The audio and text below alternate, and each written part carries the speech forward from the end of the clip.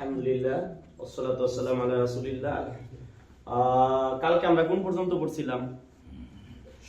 কালকে ইমানের কাল পর্যন্ত আমাদের ইমানের রকম তিনটা গেছে কিন্তু আল্লাহর উপরে মানে ঈমান কিরকম হবে, আমাদের ফেরেশতাদের প্রতি ঈমান কেমন হবে এবং কিতাবের প্রতি ঈমান কেমন হবে, এই তিনটা পর্যন্ত আমরা কি কালকে পড়ছি না? কালকে পর্যন্ত আলহামদুলিল্লাহ। আজকে আমরা পড়ব কি নবী রাসূলদের প্রতি ঈমান। গতকালকে ক্লাস কি শেষ করছি আমরা আলহামদুলিল্লাহ। 2 দিন গেছে কিন্তু সময় 2বার শেষ করছি এটা আলহামদুলিল্লাহ। আপনি আমরাও তো শেষ করে হয়ে গেছে 2 দিন সময় পাইছো, শুক্র শনি 2 দিন অর্ধেক গেছি এরকম আর শুনতে চাই না, ঠিক আছে? আর আপনি তো আর আপনি মাসুদ ভাই আমি ওর দিছি ভাই কালকে ভিডিও যে ডাউনলোড করে দিলাম ওর দিছি না ঠিক হয় না এটা, ঠিক আছে? ওইটা ভিডিওটা শেষ করবা ইনশাআল্লাহ। ভিডিওটা কে শুনো, এগুলো কি জরুরি না আমাদের জন্য? এই যে আমরা যেগুলা পড়লাম এগুলা জরুরি কিনা? এগুলা কি মানে কোর্সটার নাম কি? এটা দার্সটার নাম কি? ফান্ডামেন্টাল ইসলাম। আর এটার মানে কি? মানে ইসলামের ফাউন্ডেশন একেবারে শুরুতে। এগুলা মানে একটা মানুষের, আমরা মুসলমানের ঘরে জন্ম নিছি যার কারণে আমরা অনেক বিষয় জানি না, কিন্তু আসলে এই জিনিসগুলা কি জানা কতটা জরুরি সামনে দেখবেন। ইসলামের যে 5টা স্তম্ভ সবগুলা ভাঙ্গিয়া একটা সামনের ক্লাসগুলাই আসবো, যে সালাতের একেবারে A to Z কিভাবে পড়তে হইব, না পড়লে কি হইব, সবকিছুই। তো আলহামদুলিল্লাহ নবী রাসূল পরিচিতি। নবী কারা কি বলছে ভিডিওতে?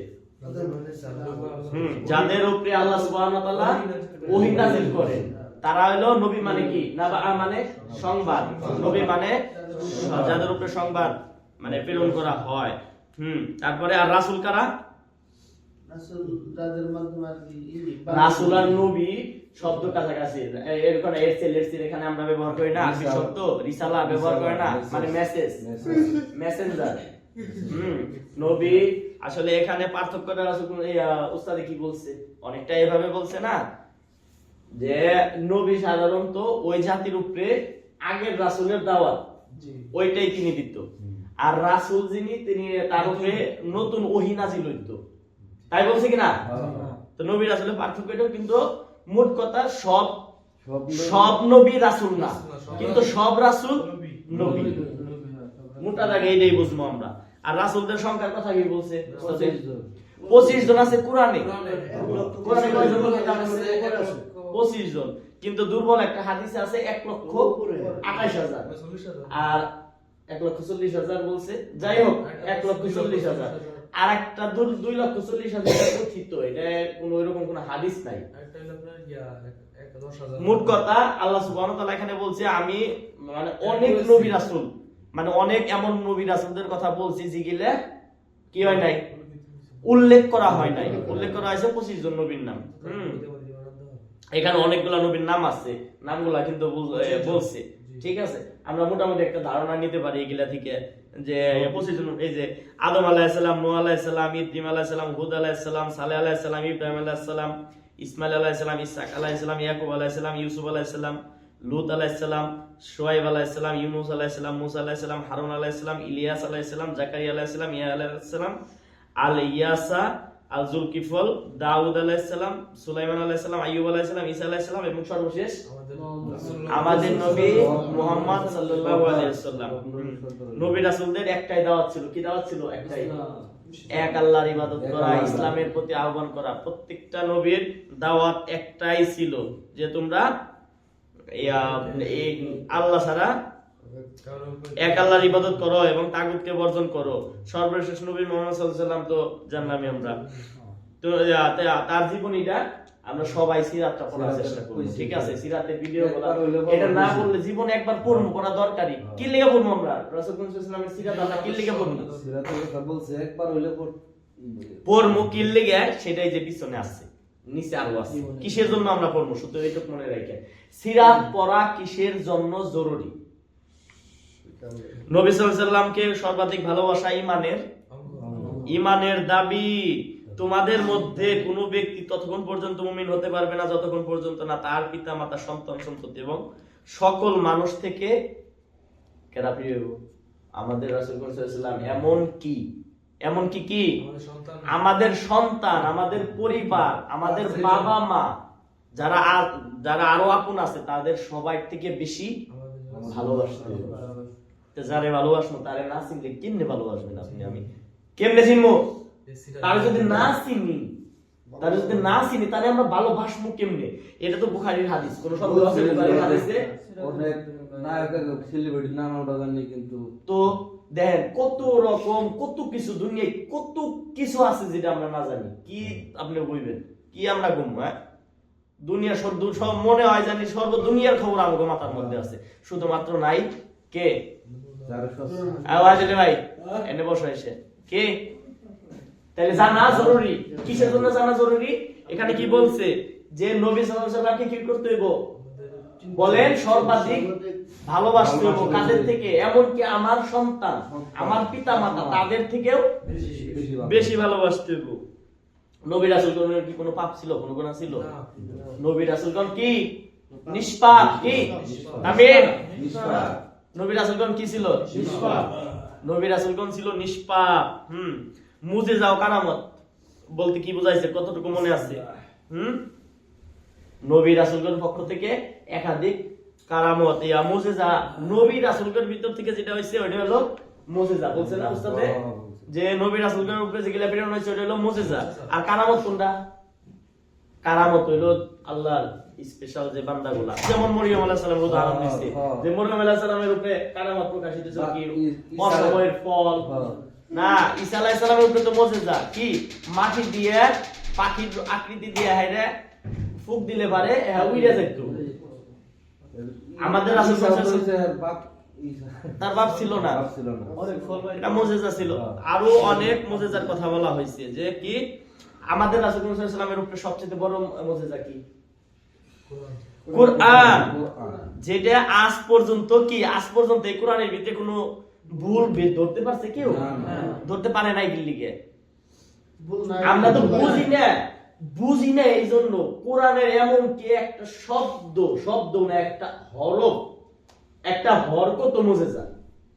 কিসের জন্য? ওইখানে ওই হরফটা, ওই হরকত ওই শব্দটাই ব্যবহার করা লাগবে। আর ওইটার সাথে শব্দ কোনো শব্দ নাই যে ওই শব্দটার পরিবর্তন অন্য একটা শব্দ ব্যবহার করবে, কোনো সুযোগই নাই। কিন্তু আমরা বুঝি না কোরআন কত বড় মুজিজা। কারামত তো যেমন বললাম যে মরিয়ম আলাইহিস সালামের যে খানার ব্যাপারটা, এটা ছিল কারামত। কারামত আরো হয়।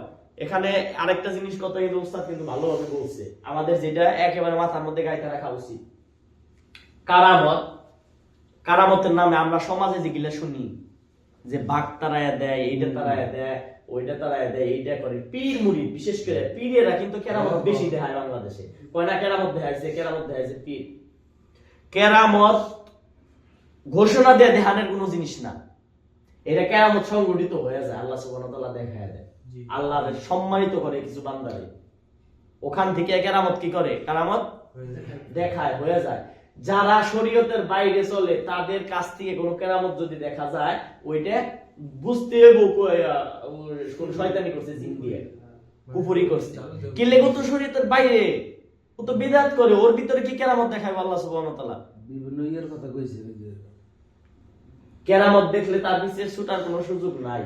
আমাদের একটাই, সব যাই কিছু করি আমাদের মূল কথা একটাই, কোরআনে আছে, হাদিসে আছে, আলহামদুলিল্লাহ। কেরামত দিয়ে কি করবো আমরা? কেরামত খুঁজেই আমরা কি করবো? ঠিক আছে না? বুঝছেন না? নবী রাসূলের প্রতি বিশ্বাস করলে আকীদার প্রতি কি বলছে? বিশ্বাসের প্রতি মহান আল্লাহ প্রত্যেক জাতির মাঝে একজন রাসূল প্রেরণ করেছেন যিনি কওমকে সতর্ক করছেন। মানে প্রত্যেকটা জাতির উপরেই একটা নবী বা রাসূল প্রেরণ করছে আল্লাহ সুবহানাহু ওয়া তাআলা ওই জাতির জন্য। ঠিক আছে, সকল নবী রাসূল কি সত্যবাদী ছিল না? সত্যবাদী ছিল এবং মানে সম্মানিত ছিল। আল্লাহ স্পেশাল বাছাইকৃত লোক ছিল, বাছাইকৃত বান্দা ছিল সকল নবী রাসূলগণ। তারা স্বীয় জাতির নিকট কি আল্লাহর পক্ষ থেকে সত্যবাণী হেদায়েত নিয়ে কি প্রেরণ হেদায়েত নিয়ে এসেছিলেন। মহান আল্লাহ বলেন, এখান থেকে বলছে আল্লাহ, তাদের প্রতি দায়িত্ব যে তাদের প্রতি যে দায়িত্ব দেওয়া হয়েছিল তারা কি সঠিকভাবে পৌঁছে দিয়েছেন না? যথাযথ দায়িত্ব পালন করেছেন, ফলে পৃথিবীবাসীর নিকট সত্য উন্মোচিত হয়েছে। আমাদের রাসূল সাল্লাল্লাহু আলাইহি ওয়াসাল্লাম যে ওহী যা কিছু হয়েছে তা কি সবকিছু সঠিকভাবে দিয়ে গেছে না? এখন নতুন কিছু বানানোর সুযোগ আছে। এই জন্যই বলে যে বেদাত করার কোনো সুযোগ নাই, নাই কি লিগে? কারণ আমাদের রাসূল সাল্লাল্লাহু আলাইহি ওয়াসাল্লামের উপরে ইসলামের আমাদের শরীয়তে যা যা প্রয়োজন অলরেডি ওটা কি সব দিয়ে গেছে, সব দিয়ে গেছে। ওই যে একটা আয়াত আগের দাসগুলা পড়ছে না উস্তাদে, আলিয়ম আকমালতু লাকুম দীনাকুম, বলছে না এই কথাটা যে আজকে দিন পরিপূর্ণ, মানে এখন আর বানানোর কোনো সুযোগ নাই। কোরআন হাদিসে আছে যেগুলা আছে, বাস ওইভাবে ওইটি মানতে ওইটি চলতে। সর্বশেষ রাসূল মুহাম্মদ সাল্লাল্লাহু আলাইহি ওয়াসাল্লাম পূর্বের সকল নবী রাসূলের মতই সৃষ্ট মানব ছিলেন, তাদের রুবুবিয়াত প্রভুত্বের কোনো বৈশিষ্ট্য ছিল। এটা মানে কি বোঝাইছে উস্তাদে? সকল নবী রাসূল কি স্পেশাল কোন জাতি ছিল না মানুষই ছিল? আমাদের নবী কি ছিল? তাইলে যে একটা গ্রুপ আমাদের সমাজে বলে যে তিনি নূরের তৈরি না, তিনি আমাদের মতো মানবিক বৈশিষ্ট্য ছিল, মানুষ ছিল, কিন্তু তিনি স্পেশাল ছিল, আল্লাহ সুবহানাহু ওয়া তাআলার বাছাইকৃত বান্দা, তার উপরে ওহী নাযিল হইতো, তিনি ছিল। কিন্তু মানবিক বৈশিষ্ট্য কি রকম? বিয়ে শাদী, সন্তান, খাওয়া দাওয়া, এমনকি এই যে কাজায় হাজা মানে যে বাথরুমেও যাওয়া তার প্রয়োজন হইতো, ঘুমানোর তার প্রয়োজন হইতো, তিনি আঘাতপ্রাপ্ত হইছে, তার রক্ত ঝরছে, মনে নাই? শুনে সিরাত শুনছেন না যে ওদের মাঠে রাসূলুল্লাহ সাল্লাল্লাহু আলাইহি ওয়াসাল্লামের দাঁত শহীদ হইছে, তায়েফে রক্ত ঝরাইছে, এই যে তিনি ঘুমাইছে, ঘুম থেকে উঠে তাহাজ্জুদ করছে, আছে না? তার স্ত্রী ছিল, স্ত্রীদের সাথে সংসার করছে, হইছে না? এগুলা মানবিক গুণ না? তিনি খাওয়া দাওয়া করছে, এগুলা মানবিক গুণ না? তিনি বাজারে গেছে, মানবিক গুণ না? এগুলা সব তিনি আমাদের মতো মানুষ ছিল, কিন্তু ব্যবধান কোথায়? তার উপরে ওহী নাযিল হইতো, তিনি আল্লাহর স্পেশাল মনোনীত বান্দা ছিল।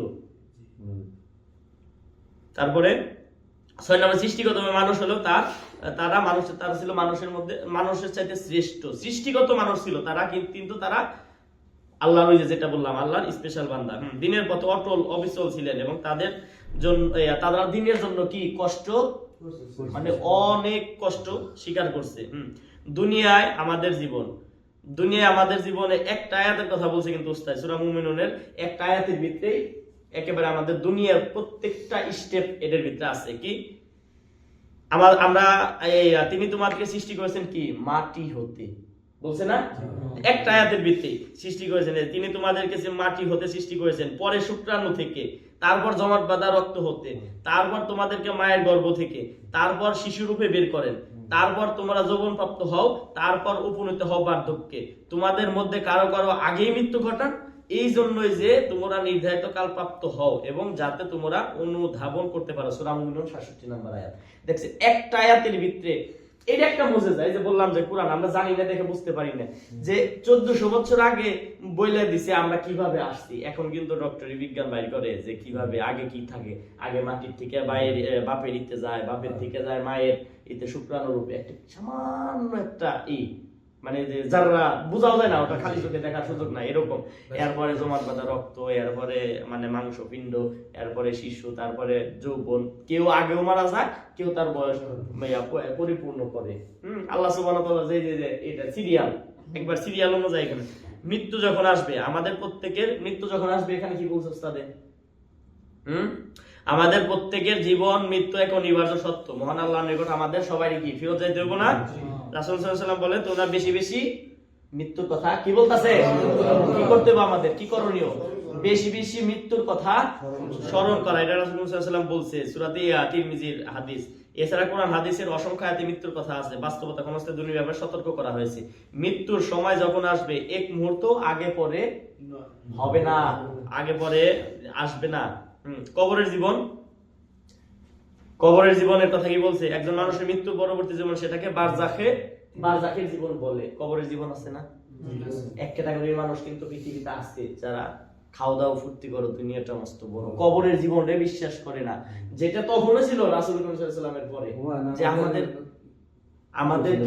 আমাদেরকে কি করব, আবারও পুনরুত্থিত করব, আমরা পুনরুত্থিত হব না, আমরা পুনরুত্থিত হব না, আমরা আবার কিয়ামত উঠব না, আমরা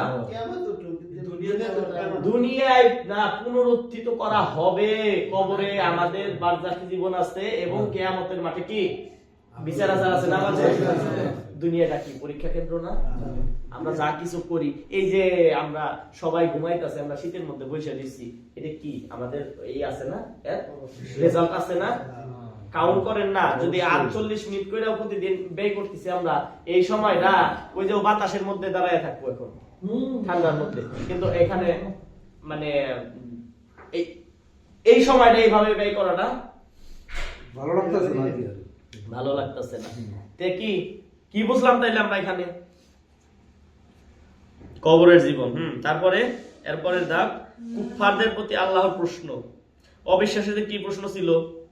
এইটাই জীবনের এইটাই শেষ, মানে আমরা যে রয়েছি এটা এখনো কয় না, ওই যে যেটা বললাম আগের কথাটা, যে এখানেই শেষ।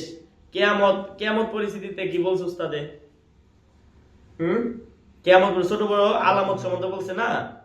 ইয়ামুল কিয়ামত শেষ হয়েছে, রাসূল সাল্লাল্লাহু আলাইহি ওয়াসাল্লাম বারংবার কিয়ামত সম্পর্কে সাহাবীদের সতর্ক করেছেন। এখানে আল্লাহ রাসূল সাল্লাল্লাহু আলাইহি ওয়াসাল্লামের একটা হাদিস বলা হয়েছে যে আমার প্রেরণ কিয়ামত ঠিক এমন, তিনি তখন 2 আঙ্গুল, এই যে তর্জনী আর মধ্যমা, এটা কি দুইটা আঙ্গুল, এটা হলো মধ্যমা, এটা হলো তর্জনী, এই 2 আঙ্গুলের মানে পাশাপাশি রাসূল সাল্লাল্লাহু আলাইহি ওয়াসাল্লাম আসা মানে কিয়ামতের আলামত অলরেডি শুরু হওয়া। এখন হলো একটার পর একটা দেখা যাবে আর কি, ঠিক আছে? কিয়ামতের আলামত কয় ধরনের বলছে উস্তাদে? তিন ধরনের বলছে না? 3 ধরনের। এটা হলো দূরবর্তী আলামত, আর একটা হলো মাঝারি আলামত, আর একটা হলো বড় আলামত। শেষ না, বড় আলামত।